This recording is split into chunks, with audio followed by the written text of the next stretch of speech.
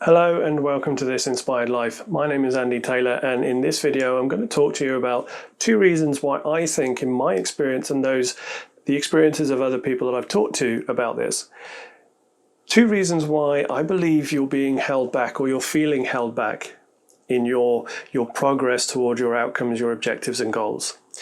And the first of those is all to do with societal norms, so socially acceptable behavior and rules. And the second one is fear of being you, right? So they're both kind of tied in together, and you'll see how they work together in a little bit. But first I want to touch on the whole social rules thing. Now, Vishen Lakhiani, the founder of Mind Valley, calls them bullshit rules, and I couldn't agree more. They are utter bullshit, because it's what I'm talking about is this idea that you should be a certain way. You should be an upstanding citizen by doing this. And it's all bullshit rules to get you to conform to certain behaviors, right? And it's a case of, if it's an election year and you're seeing the two candidates in front of you and you're thinking they're both as bent and crooked as the other, why would you vote for either one of them? And yet the social pressure is you've got to vote for one. Why? I don't agree with either of the bastards, so why would I vote for them? And I think that's that's an interesting concept for a lot of people, especially in America, I have to say, is the fact that because over here, at the end of the day, if we're in an election year or even something like Brexit, if you don't agree with either side, you're not pressured to vote. Okay? You're not put pressure on. It's not illegal not to vote. And I know that there are countries in the world where it is illegal not to vote, which is another story entirely. But yeah, I spend a lot of my time obviously I'm based in the UK at the moment, but I do spend a lot of my time in the US, and I see things that Americans don't in the US system and in US society. And I'm very fortunate, and I love the fact that my fiance is Australian. Okay, she has US citizenship, but that's because of her daughter. But she is an Aussie through and through. And it's just awesome because we get to witness America firsthand from inside the walls, so to speak. And we just laugh to ourselves sometimes because it's just the stereotype is ridiculously apparent to us. Now, that's not to make fun of America, and that's not to make fun of Americans, because we know many, and we know some wonderful, wonderful people. And our friends over there are absolutely awesome, great people. And so it's not to make fun of America or Americans, but it's just the fact that when we grow up outside of America, we are fed this stereotype of America and what American society is like. And even though that was, in my case, I'm 44 this year, and so is my fiance. So we grew up at the same time, her in Australia and me in the UK. So we saw the same kind of stories, but in different ways, almost. And it's just so fascinating to us when we're actually living and, being part of US society when we're there. Well, when I'm there, she's there all the time.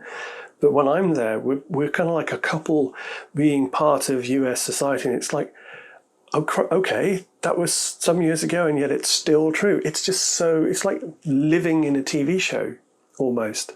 And it really heightens this sensation that I'm talking about, which is that of bullshit rules, in as much as socially acceptable is a rule. So it's a case of, right, the socially acceptable careers are this, this, this, and this, or the socially acceptable ways of behaving are this, this, this, and this, or if you do this, then you must do this in order to follow up. And it's like, really? No.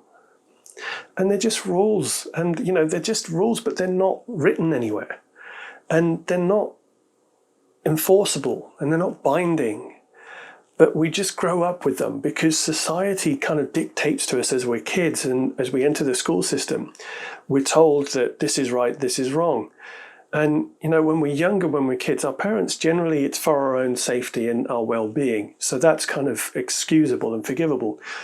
But when we get into school and we're taught that this is how you should behave, and, it's rammed down their throats that, you must be part of society, you must become involved in society and do social things, and, you must use your right to vote and do this and this. And it's like, really, no, that just puts pressure on kids to think a certain way and to choose a certain path. It was always been a source of great frustration for me that the school system is somewhat backwards, because for me, kindergarten, junior school and primary school, as we call it in the UK, should be about learning through fun and play, but also learning how to learn, so that prepares you then to head into the high school and middle school and high school systems where you actually learn stuff. Okay, because your brain is more developed and you are more adept at learning. So if you are taught through play how to learn, how to pay attention, how to focus when you're young, so kindergarten age, first grade, second grade, etc., that's a perfect system, because you would be prepared for learning when you actually come to learn properly. And then it's, that high school enforces all these different high school rules and etiquette rules. And, it's a case of, there's a thing in America which I find completely incredible, in as much as if you are the parent of a child in particular schools, I'm not saying this is the same for every school, but a lot of the schools that I have been made aware of share this policy, in as much as if your child has a birthday and you want to have a party, you have to invite everyone in their class, which is kind of weird when you think about it, because there's no way that kids are going to be friends with every single person in their class, right? Now, I'm not saying that it's right or wrong, but it's just a case of, it's just a very strange thing. And when you get into high school, there's all kinds of pressure for social interactions, and you've got proms and balls and all the kind of other stuff that goes on in high schools, and that really, obviously, I know next to nothing about, and I'm happy to remain oblivious. But then we get into the world of work, right? You've gone through university, you've got your degree, you're following the rules. You've gone from the school system, high school, to college, to university, get a degree, great stuff. Now you're ready for the world of work, where you'll get a junior position, then you'll move the way up, get a promotion every year, and buy that house in the suburbs with a white picket fence, and then you'll meet the woman of your dreams or the man of your dreams and settle down and have kids, etc. It's just social rules. They're social norms. They are perceived rules, because they're not written anywhere. They're not legally enforceable. Somebody, just because you're living in a suburb in a house with a white picket fence, but you're not married, you're not going to get the police knock on your door and say, "I'm sorry, but you can't live here." It doesn't work like that. The HOAs might, and that's a different story. But hey, that's for another time. But social rules and all the bullshit rules that go with it, such as, certain careers and certain professions holding more esteem in society than others. And but it's all of those rules that could be one of the reasons why you're feeling like you're being held back. And it's to do with the second reason, actually, because they are interlinked. Remember, I told you they were interlinked and they work in unison. It's kind of a match made in heaven almost, because the second reason that I think you could be feeling held back and like you're stuck in a rut or trapped, is because you're afraid to be you. Now, one reason why you could be afraid to be yourself is because you don't conform to those socially acceptable rules. Right? You know that you're not the type of person to settle down in the suburbs, right? And have 2 kids and marry a man that you could barely talk to over dinner. And it's so upsetting when I see people struggling with this, because a lot of the time you see so many of my fiance is part of a lot of women's groups from when she's been through divorce in the past, and she sees it all the time, and she says to me about it, and we have conversations about this, that you get so many women who are in unhappy marriages where their husbands barely touch them for months at a time, from an intimacy point of view, and yet they're still working on that relationship. There are even some, for example, there's some examples where the husband has been unfaithful since practically a year into the marriage, and they've been married maybe 10, 15 years. And he's been unfaithful every year. Not necessarily to different women, but you know what I mean? So he's kind of, started off the relationship, the marriage, without being faithful and just kept it going. But she is still thinking that in order to fulfill her social obligation, to be the loyal, doting housewife, she needs to work on that relationship. So many people do. And I think it's a great shame, because some of these women are just such wonderful people. They're such wonderful human beings and gentle creatures, and they're just so amazing. And they've got so much more to give, and they've just got so much more energy and vibrancy, but you can see it in their eyes when you talk to them, that the spark has gone. That glint there when you are being your true authentic self, it's just nowhere to be seen. And this is why I think people do feel trapped in situations, whether it's relationships or work is another one. If you're in a job that is completely unfulfilling and it just goes against what you really want to be doing, you're not going to be happy there. And when you are unhappy in your work, which, let's face it, most of us spend the majority of our time at work, right? If you are working a job for anyone else, if you work for yourself, it might be slightly different, but some of the experiences of people I've spoken to who are self-employed and entrepreneurs, especially if they're tradies, they tend to work harder for themselves than they do for anyone else. But that notwithstanding, it's a case of, if you're doing a job that completely drains you and is completely unfulfilling, especially if you're working with people who are really hard work, which, let's face it, is a lot of the time, in my experience anyway, and you're dying all over again every single day you have to go to that job, because that spark that you had that one time, that spark that you were born with, has been just suppressed over the years by, in no particular order, bullshit rules, and this feeling that you're afraid of being yourself because of your parents wouldn't approve, or because the school principal wouldn't approve, or your friends wouldn't approve, or your boss wouldn't approve, or your adult friends wouldn't approve. And it's just like, why do we give a crap?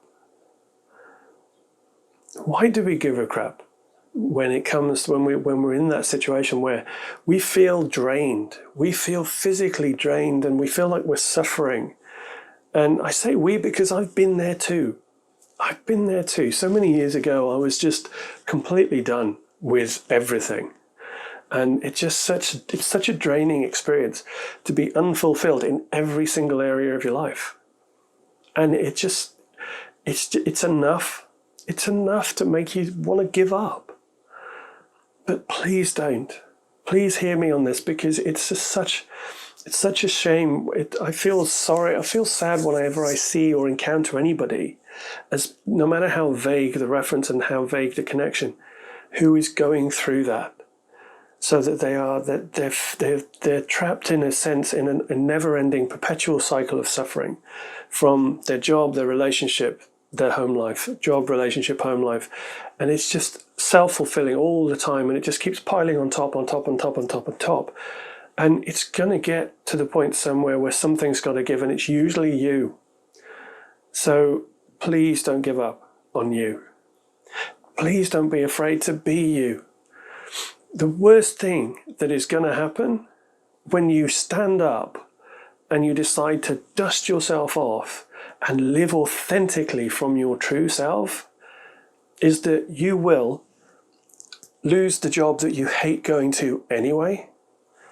You will potentially lose the relationship that has been draining you and holding you in fear for so fucking long anyway. You will lose approval, not that you ever needed it, from people who, honestly, do you really give a shit about their opinion? And you will gain so much more, because you'll gain your freedom, you'll gain your independence, you'll gain your vibrancy, your lust and love for life, and your ability to make shit happen.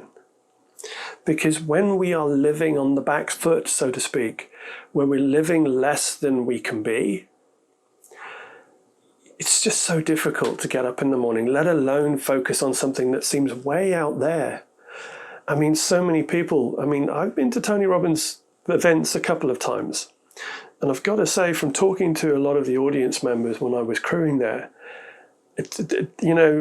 you can see the fake it till you make it. Let me put it to you that way. There's this whole pervasive myth that you should fake it until you make it.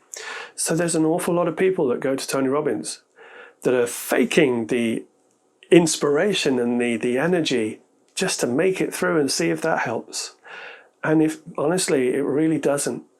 Because if you're still stuck, if you're still programmed to behave in socially acceptable ways and be the doting husband or the doting wife or the doting father without being you, doesn't matter how many times you go to Tony Robbins or whoever the hell it is, it's not going to make a difference. You might get a nugget of information which you come away with and you think for a month or two, this is awesome.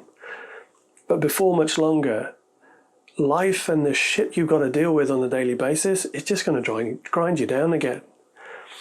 And I've seen it happen so many times, and so I'm sorry to say, but what I will say is that it's never too late.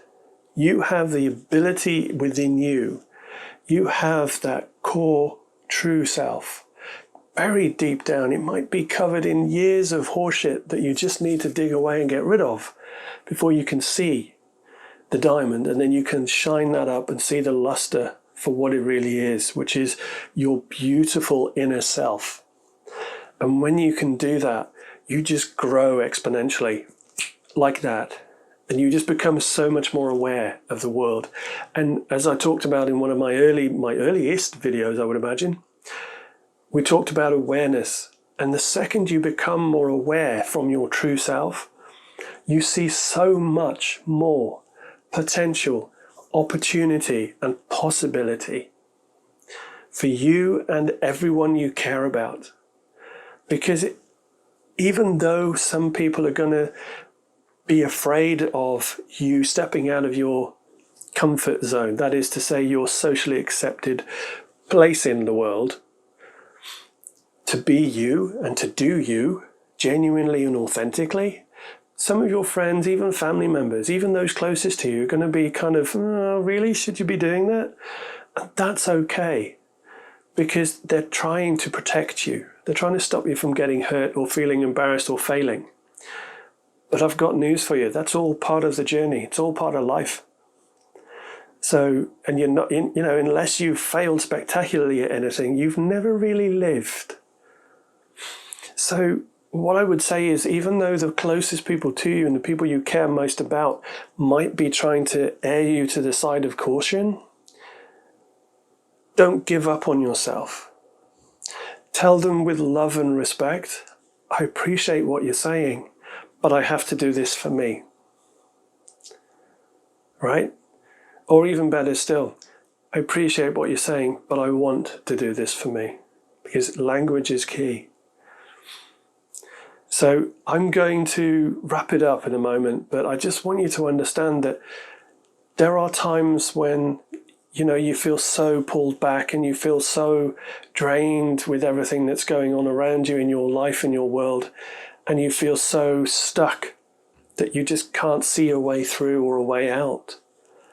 And those are the times when it's okay to just stand up and declare, fuck it, and just do it anyway. It's okay. It's okay to be you. It's more than okay to be you. In fact, it's who you were born to be. You weren't born to fall into a conformity little circle, a little, square peg in a square hole. That's not what life is.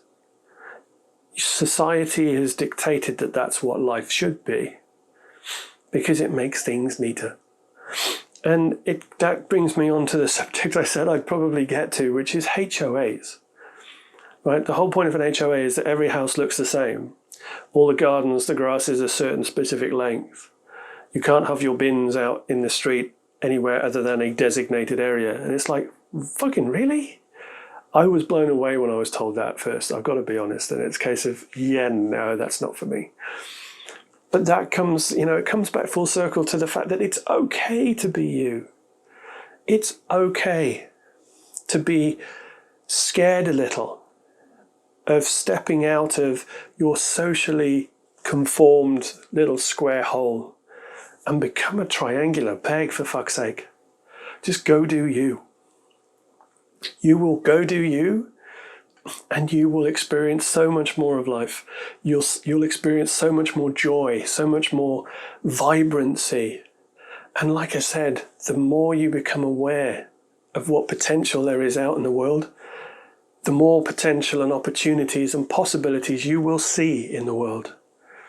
So you have unlimited potential, and there are unlimited possibilities out there for you. So just step into you.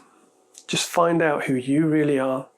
Do some self-reflecting, do some meditation. I've got some good ones on the channel, and just try some of those just to get back in touch with who you really are. And then start thinking about where you want your life to be. And then the world just becomes a much more beautiful place. It really does. When you have this overriding urge to get to where you want to go, the journey becomes all that matters. And that's how it should be, because the journey is the fun part, right? Because anyone that's ever set a materialistic goal, when they get the thing, it's fine for a month. But then it's, oh, okay, I've had that. That's been fun, but now what? I'm bored. Right? The journey is what counts. It's what matters. It's how you experience that journey. And your life will change and your direction will change a number of times, I would imagine, between where you are right now and where you want to get to. But that's fine too, because all that is you being you and exercising your natural ability to shift and change and grow and develop and become more aware, right? You see a new opportunity that might not get you to where you want to go, but it will get you somewhere better. Fucking take it. Go for it. If it's what you want to do, go for it. Don't think for a moment that just because you set yourself an outcome or a goal, that you must pursue that until you get it, otherwise you'll just be failing. No, that's bullshit. Who told you that? If you have an outcome, it pulls you towards it, right? And the objectives that you complete to get you there are still the same. But somewhere along the way, you might see something better and think, oh, actually, I think that's more me. So it shifts over there, but you still have to get there. And the journey is still as enjoyable. It's still as much fun. And it's still as eye-opening and awe-inspiring as life can be. So I am going to leave it there. I hope you've enjoyed the video. My voice is starting to go. I do apologize. Please like the video, drop us a like, hit subscribe on the channel for more great content. I'm going to be producing a lot more meditation videos in the coming days and weeks. I just need to get the technique and the audio equipment that I have working properly, and I should be good to go. So more will be coming.